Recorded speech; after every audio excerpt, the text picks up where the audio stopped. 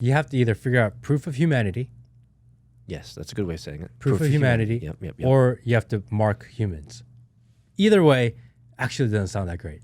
Neither of them are a good option. And both options, regardless of it, if you have to start marking humans, it actually leads into this one world digital ID future. Oh, for sure. There's no way to stop it. There's no way to stop it. Because you have to have it. Yeah, because there's a certain book. It's so scary.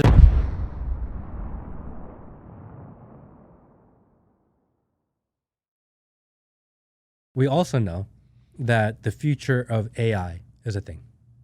Yes. AI, not only autonomous AI and possibly future sentient AI, will change the way that all of life is run.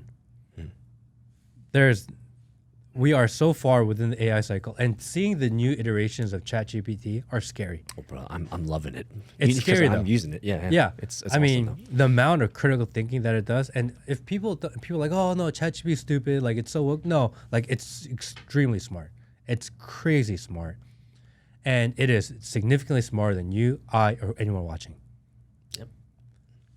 If there are 5 billion people that have an average IQ of 95, there will be unlimited AI models with their IQ significantly smarter than you, 150, 170. That's what they're going to get. Yeah. And we're all going to get these amazing toys that'll make it even easier to leverage AI. Like, I mean, it just absolutely makes sense that you would never need to actually prompt a Google. Like, you should just be able to say, you know what I want, and then it just gives you the answer. So as AI takes over, because it's coming, it's not, and the dystopianness is what you can argue, but as far as it becoming the prominent centerpiece of our lives is undeniable. I would completely agree with it. Yeah, absolutely. It's an inevitability. The question is whether we as humans are going to be able to balance effectively the usefulness and functionality of AI without it compromising our humanity. That is the question that's always in my mind, is what part of our humanity will we compromise for accessibility of features and functions and, these types of things. If every interaction you have online will be, you will not know if you're talking to a human or AI. Most comments on most systems are AI bots now today. Currently, 50% over. Yeah. So in 5 years, there will be no distinguishing between the two. It's impossible to know now. Okay. It's literally impossible. I could show you videos where YouTubers have gone down the deep hole and they're like, what the hell? I just posted this thing and all the top 20 comments are all about 3,900 likes. And each of these look like real comments. How are they all engaging? But the thing that gave it away is all of the comments were all liked at the exact amount of time. And he was like blown away by this because he did not know who was real. Who on his stream is real. Then he would click on people that would comment and it'd go to their profile. I'm like, the profile was made 15 seconds ago. How is he commenting? It's almost impossible now to know, unless you have a small community where if the larger your community gets, the less you will be able to tell who you're engaging with, if they're real or not. So then, if all this is true or very plausible, actually makes some sort of logical common sense, then we're going to run into a problem. We don't know who's human, who's AI. Yes. The only way to be able to distinguish is that you have to start marking humans. Yeah. You have to create a differentiating factor that is absolutely organic and unique and cannot be manufactured by computers, systems, or infrastructure. And so the only way to uniquely identify humans is create a unique identifying marker. So you have to mark humans. Yes. Everyone's got to get the mark. Yeah. Otherwise, you're not going to be able to distinguish between human and not. I mean, we are already seeing revelations from Facebook and Google and whistleblowers that all of your decisions made online are already complemented or pushed or persuaded or biased by AI that you don't even know. You have to either figure out proof of humanity. Yes, that's a good way of saying it. Proof of humanity. Yep. Or you have to mark humans. Either way actually doesn't sound that great.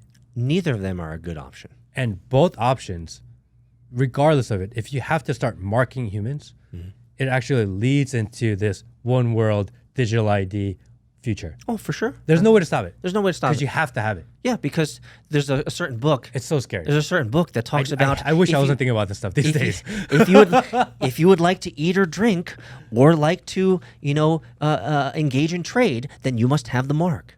Yes. Yeah. Because otherwise, how do I know if you're a human or a robot? I don't know. Do you have the mark, Matt? I don't have one. Well, I don't want one. Then I don't think that I can engage in transactions with you, That's or e-commerce. crazy. I cannot engage with commerce with you because you don't have the mark.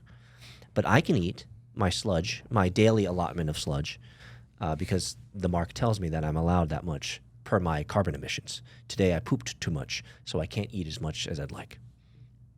Like, I'm being facetious, but at the same time, like, this is the future. They're going to be measuring every single output of your humanity to ensure that you are within compliance of carbon restrictions, carbon requirements, localized usage of utilities. Everything's going to be measured. Okay. Yeah, this is the future we're moving to. But it's all for the good. Yeah. Don't forget. Yeah. It's all for the good. But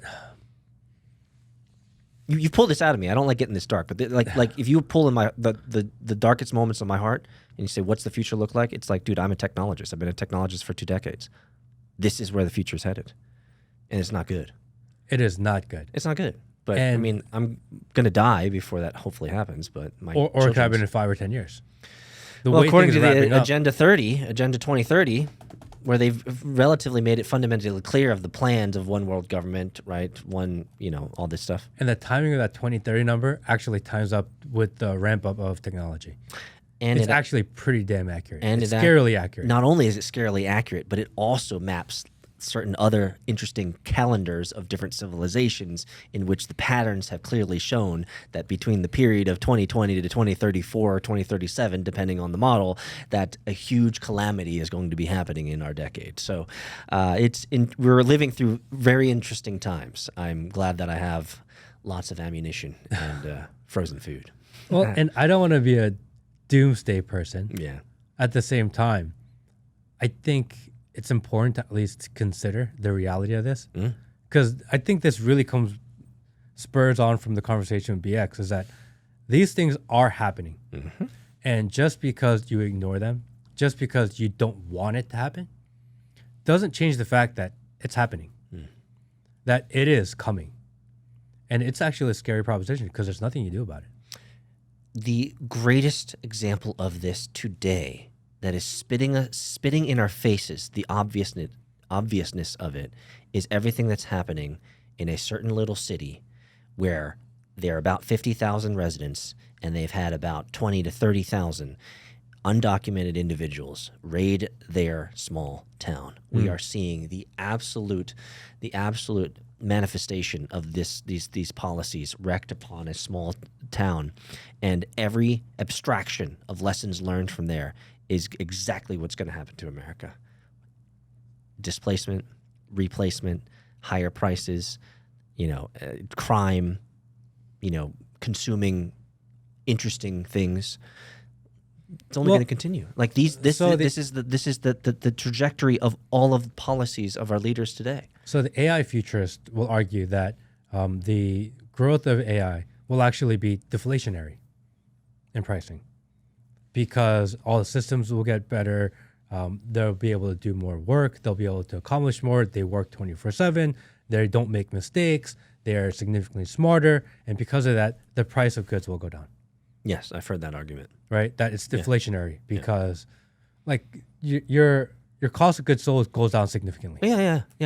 And the biggest driver of all costs, But if you want to live the deflationary lifestyle, and if you want to enjoy the perks of cheaper food, cheaper gas, cheaper stuff, you got to get marked.